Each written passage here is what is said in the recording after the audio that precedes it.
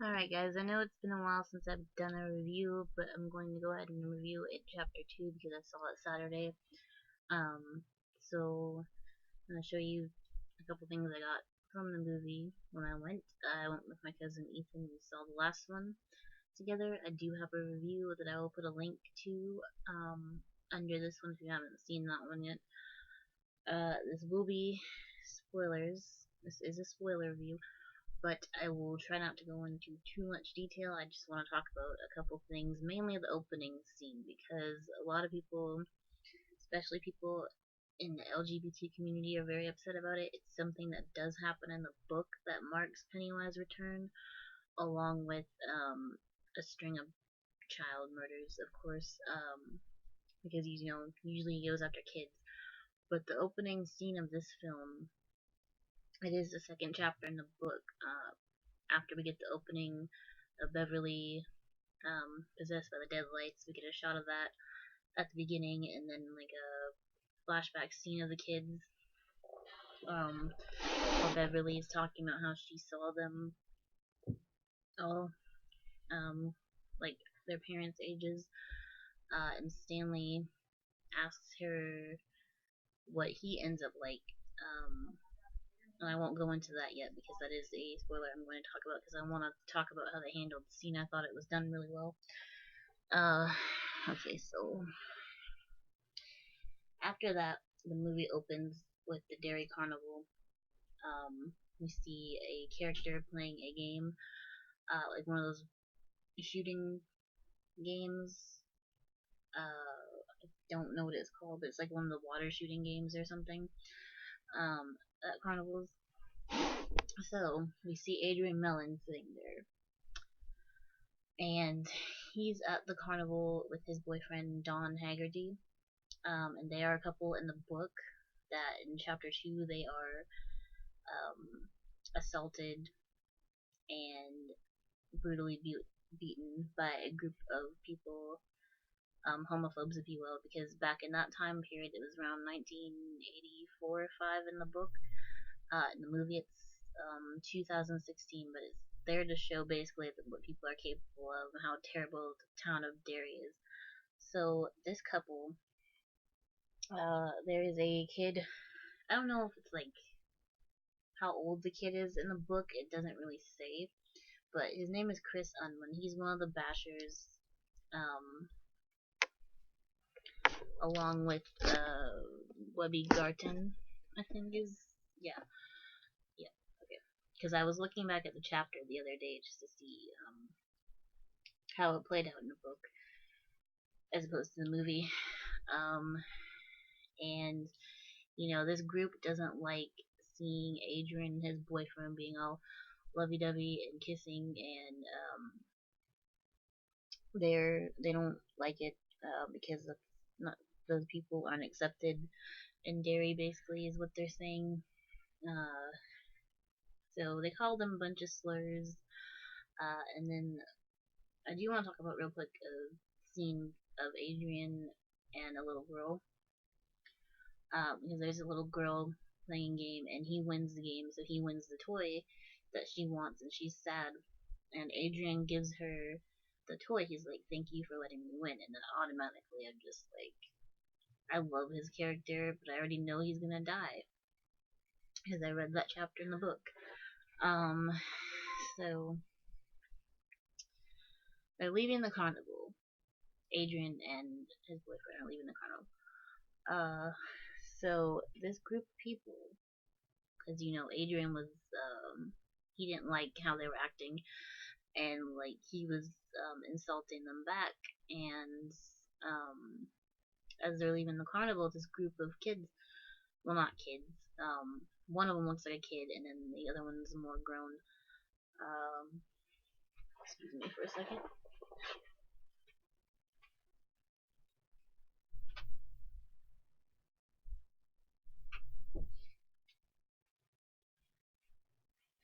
Sorry about that. Okay, so one of them is more grown. There's another one also. I don't think they ever give the name. Uh, but in the book, it goes back and forth between a trial investigation and Adrian's death. which they don't adapt that whole entire thing, but they just adapt the part where Adrian and Dawn are brutally beaten and Adrian's thrown over the bridge. Um, and a lot of people very, very upset about this scene. It's very hard to watch. I will say that right now. It's hard to watch. It was not near as brutal as I thought it would be, but it's a very brutal scene. And if you're very triggered by things like that, do not go see the movie. Honestly. Um, or at least try to understand that it's in the book. As part of the book, they're trying to get a more true adaptation of the book, and I think they did that. So, back to basically, the younger person of the group that assaulting them, Adrian or Dawn says something is romantic, and this kid's like, what exactly is romantic about that? And that's how you get the homophobia aspect that comes out, and that they don't like it. Um, so that said, and then like I said, as they're leaving the carnival, they're brutally beaten. Adrian's thrown over the bridge. Dawn goes to try to help him, and um, unfortunately, Adrian's helping hand does that because he survives being thrown. Um, his supposed helper is Pennywise, and of course, you know what that leads to. He takes the chunk out of Adrian, and that basically marks Pennywise's return, its return, um, which then leads into the calls from Mike Hanlon because he stayed in Derry. So he calls the rest of the Losers Club. We see backstories of each of them. So we find out Eddie is married to a woman that exactly like his mom. We find out Bill is a writer that's not good at writing good endings. We find out Ben's an archaeologist. Beverly, she is a fashion designer, and she's in an abusive relationship. She's married to an abusive man named Tom, who has a bigger part in the book than in the movie.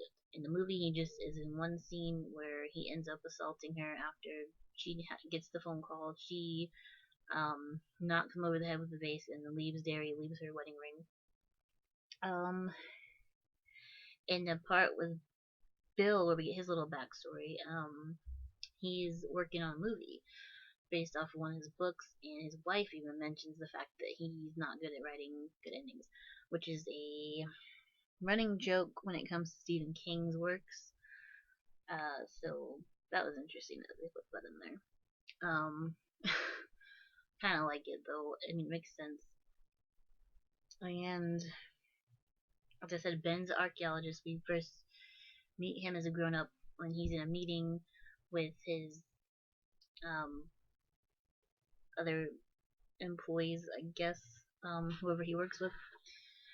Uh, so we see him, and there's actually a cameo from one of the original actors from the miniseries that played Ben. So that was cool.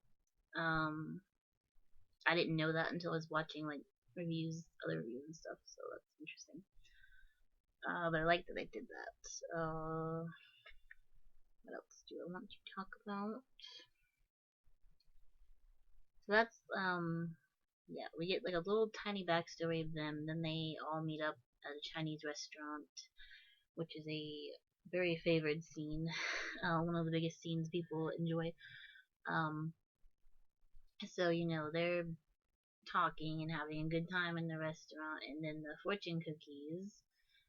Um, they get their fortunes, which only each of them only has one word on them, and that leads me to what happens to Stanley. After he gets the call, he's the only one that doesn't show up because Stanley did not want to come back to Derry. In the book, he's very terrified of Pennywise, and that's why he does not want to return. He'd rather. The way they explained it, this is a spoiler for the end. The way they explained it is that for each of them to succeed, he takes himself off the board basically, so he commits suicide. And I want to talk about that scene because it does go. Stanley's in the bathtub. We see him get in the bathtub. He reminisces about pretty much back to the part. It flashes back to the part where they do the blood oath. So the way they handle the suicide scene, we don't actually see Stanley slit his wrist like in the book, where they detail that, but it's insinuated with where it shows that he cuts his hand for the blood oath. So instead it does that scene, and then we see Stanley in the bathtub covered in blood. Like his bath water is bloody and his hand is bloody, and you know that he's gone. Which leads back to the Chinese restaurant scene. They all have to figure out this message with all the words of their fortune cookies. So it ends up being something like, I guess Stanley couldn't cut it, and that's how they find out that he died.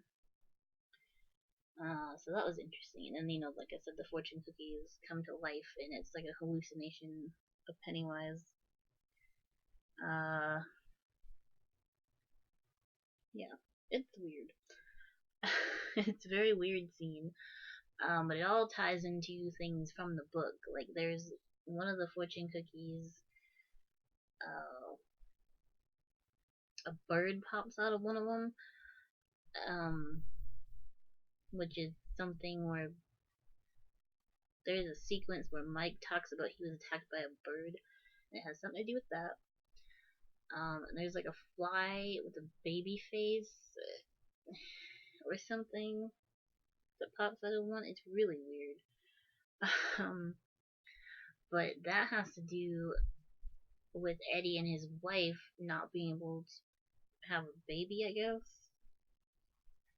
So that makes sense as well, actually. I never knew that, because I don't remember reading that in the book part. I probably did, but it's been a while.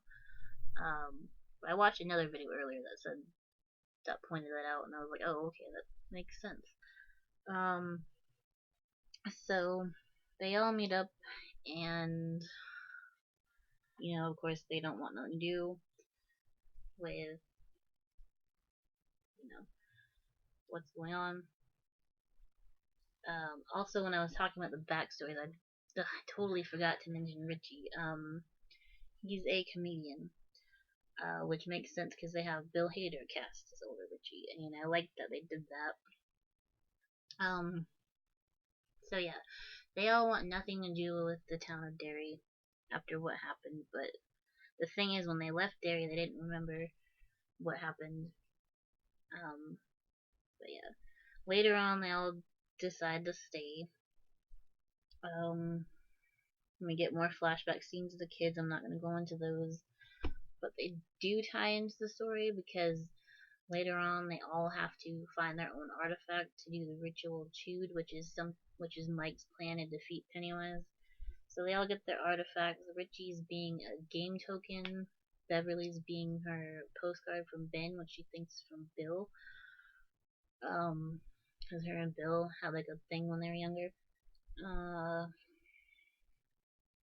Ben, his was a yearbook page that Beverly signed. Mike's was the rock that they threw at Henry Bowers in the rock fight, with his blood on it. And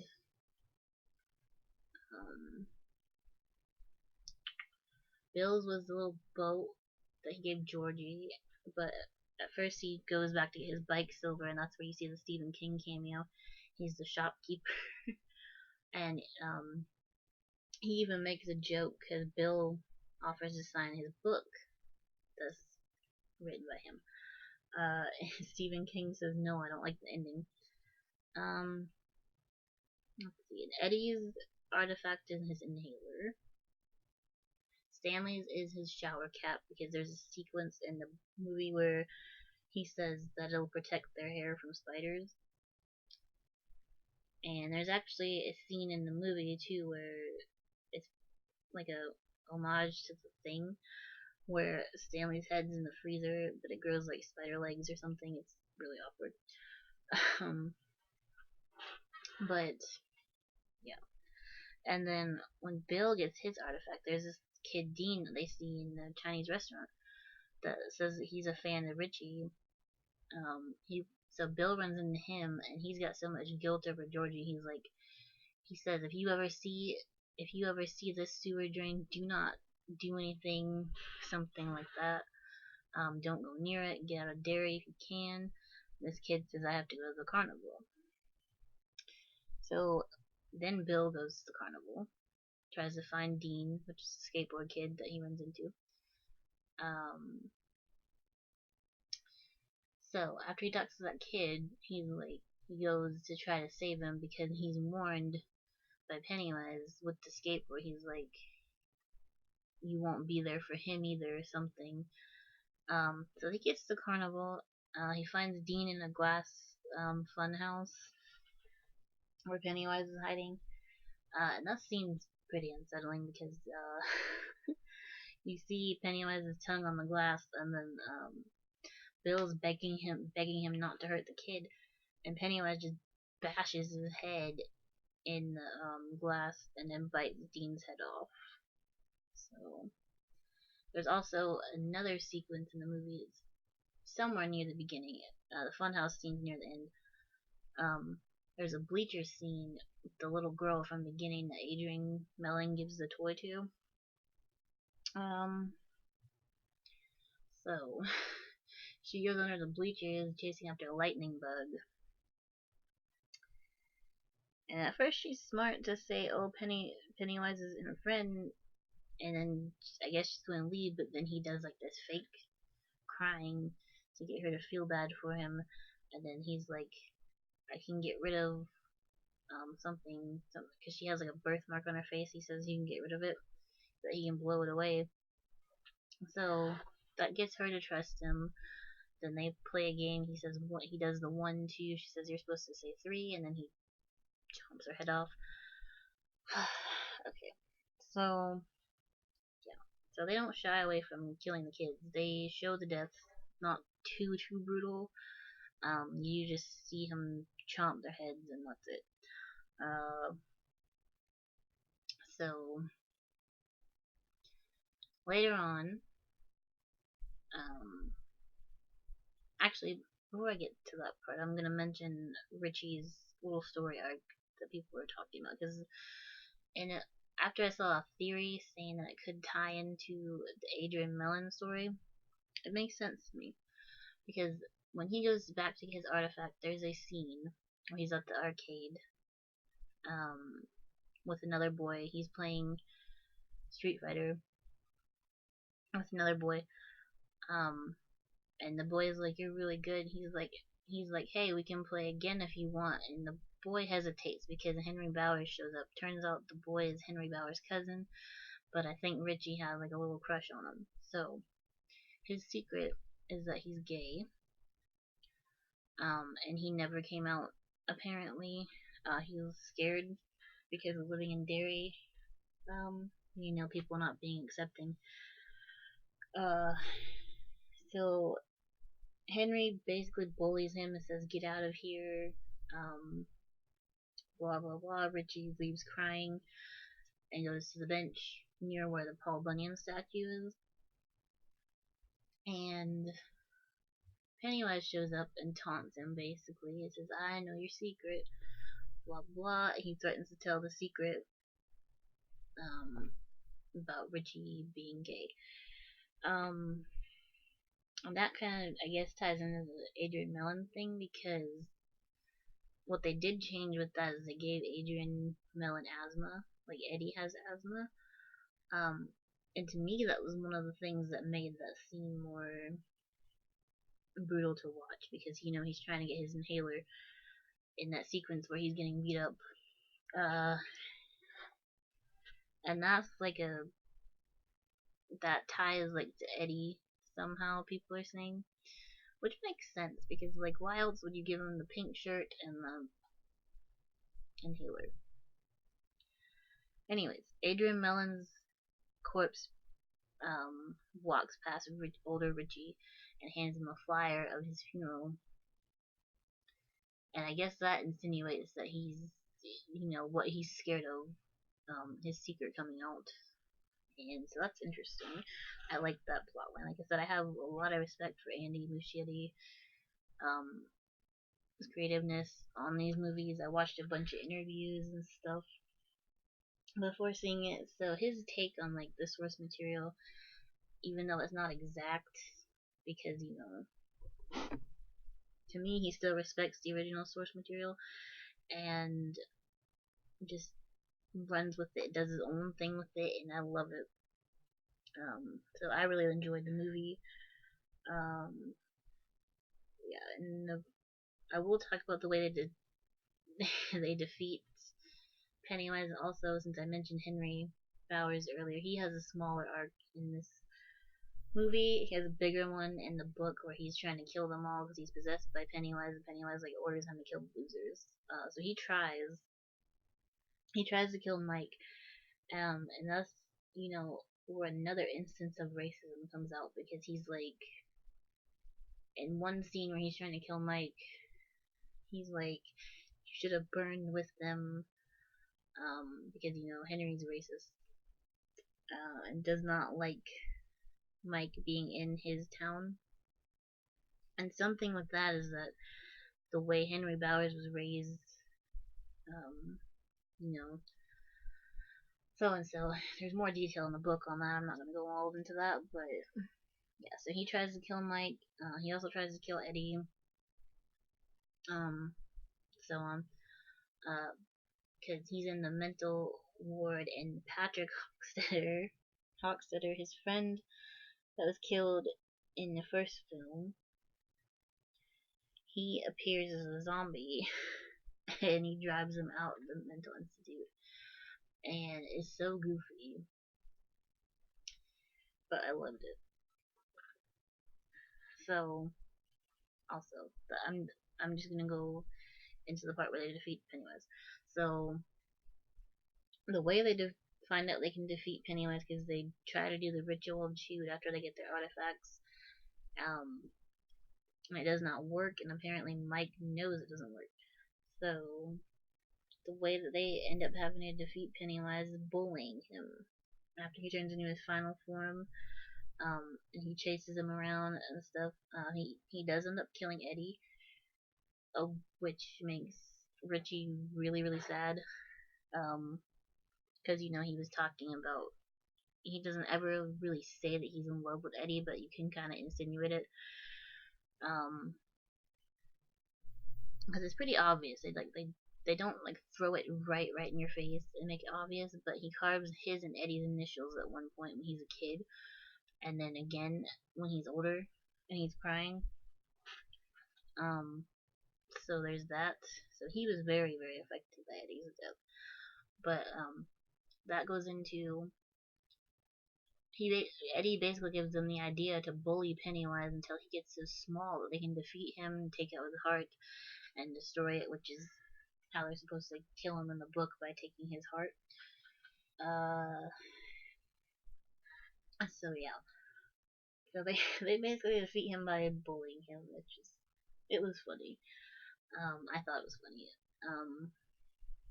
In a very different way than in the book with how they defeat Pennywise, but I don't know, for some reason to me it worked.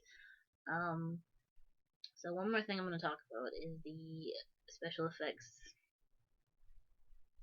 Once again, as I mentioned with the first movie, they just somehow, the wonky CGI works for the film.